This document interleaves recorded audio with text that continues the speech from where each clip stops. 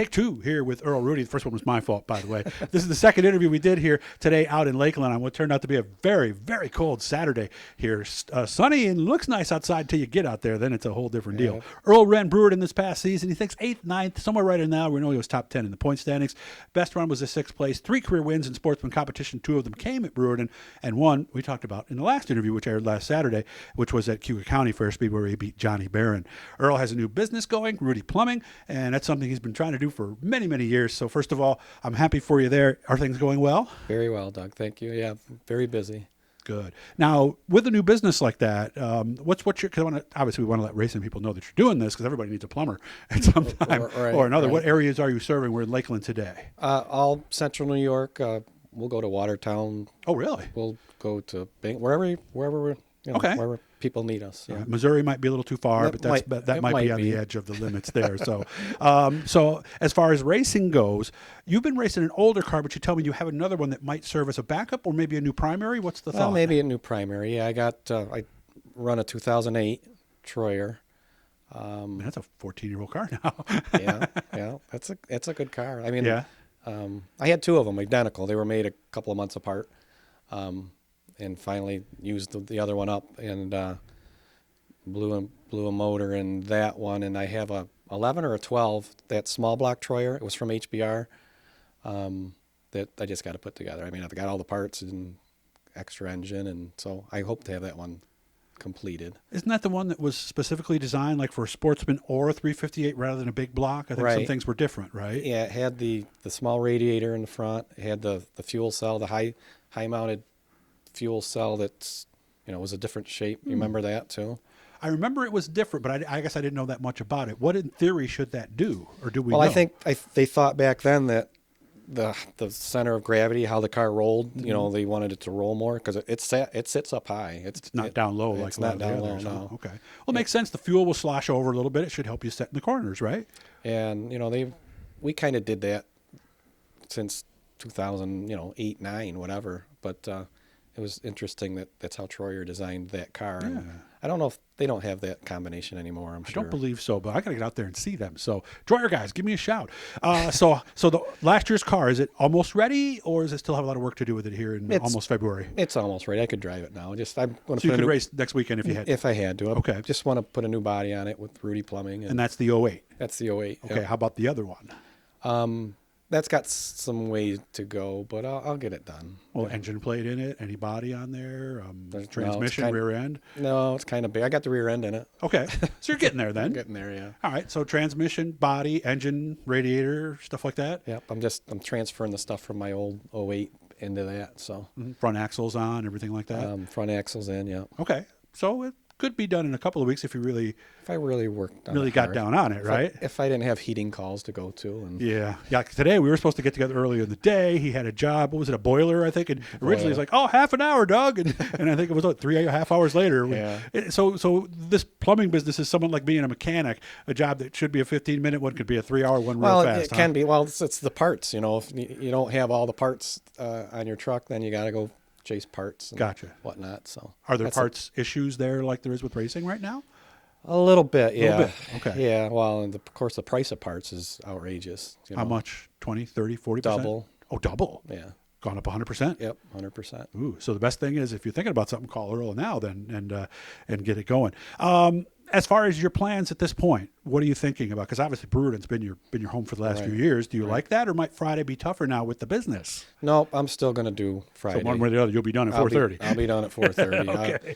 I'll work Saturday if I have to, but no, we'll be going to Brewerton, and then I liked in the beginning of the year, and I didn't last year. Hit Fulton or whatever I can do Saturdays and. There isn't any Sundays, is there, Doug? I don't. Well, Weedsport on occasion. Yeah, we'll run Sundays. So, and you always like that place I always too, like. Right? Yeah, I like Weedsport. I didn't go there except for Super Dirt Week last year, but I like to go there whenever I can. Said you got about 20 races. Would you like to do more, or would you like to do less, or is that about right? I would do more if I had more help. You had your buddy from high school, right? Yeah, he was helping you out, right? You've come around, and I got Danny there from. Yeah. Grew up with Danny, and he's not doing the best, so it's. Yeah, I saw him in a store around Christmas time. He updated me, so it doesn't sound like he might be there much this year. No, he's getting a hip replacement, and health-wise, he's doing a little better. But Good. I'm basically a one-man show, and it's hard. It is. It's hard. Especially something happens in the heat or the hot laps. You well, may miss the feature. That's right. But you got people that'll jump right in and help me out. That is the one thing about this sport that I think makes it different than really any other when you get down to it, right? Yeah, anyone will help you out, and I go to the track to socialize and to see everybody, and that's more fun than racing. I mean, it really is. Yeah, being around the people. You haven't seen them all winter long, and just a good bunch of people. Of course, sometimes after the race, it might be a little different, right? No, I never had any issues there. No, never gotten anybody. Nobody got into you. No. So, yeah, because you and I have joked about that for years. Earl's one of these guys. I'm trying to think about the right way to phrase it here. He puts the helmet on and a personality change takes place, right? Yeah.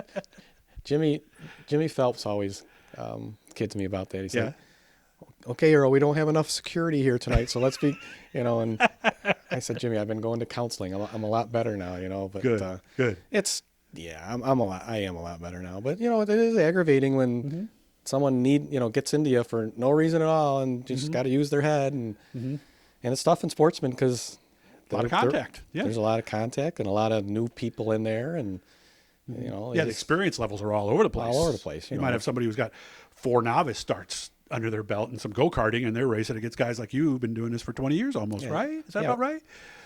Since 2007. 7, okay, so 15 years. But like Alan Fink and I can run 25 laps alongside each other and never touch until he needs to, you know what I mean? But it's, I had to learn too. I'm sure I hit a lot of people. So, well, how do you not let that get to you? Because I raced in 2011. I was always talking to you guys, you specifically, because I know you pretty well. And it's like, all right, we got to be calm. We can't do stuff on the track. But then something happened to me, and I went ballistic. What happens? You did calm. You're all calm. I know, but I did. I got taken out. I thought it was on purpose, but then I watched the video the next week and realized the guy hit the uke tire and it pushed him up into me. So it was totally not his fault. But how do you not let that?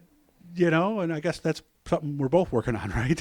Yeah, you just, you put so much into it during the week, and you set these cars up, and you got ride heights, you got wedge, you got all this, and then someone's hitting you in the left rear, and that rear end tube's a lot of money, and it's just when it's coming out of your pocket, it kind of upsets you, It does, and for no reason. Now, if someone gets into somebody and it's an accident, that's okay. But sometimes people are just banging on your bumper, and it's like, really? So. And sometimes it is best to wait a week and watch that video to know for sure, right? It is, because I've been there too. I mean, I've whacked people right after it, and it's like, then you look at the video and it's like, they didn't. It wasn't even them. There's a guy behind him that hit him and hit him into me.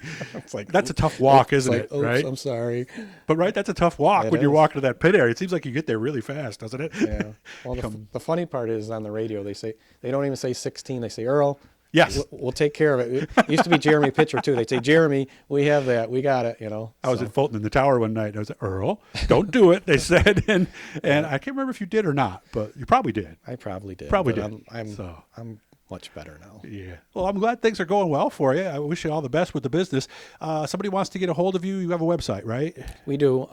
It's rudyplumbing.com. Easy to remember, guys, right there. Right. So, yeah.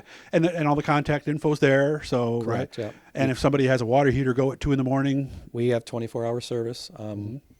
So we can, do water heaters, whatever kind of service. That's always when they happen, too. They never go at 1 p.m, guys. No, it's always after hours. Christmas Eve or Easter or, sometime like that. We do sewer cleaning and drain cleaning and got all that equipment, video camera inspections and things like that. So good to see you. Guys, hit the blue E down there. It'll subscribe you. If you got a request, send it to me, Doug at Doug'sDirtDiary.com. Earl, good luck with everything. I'll talk to you soon. Thank you, Doug.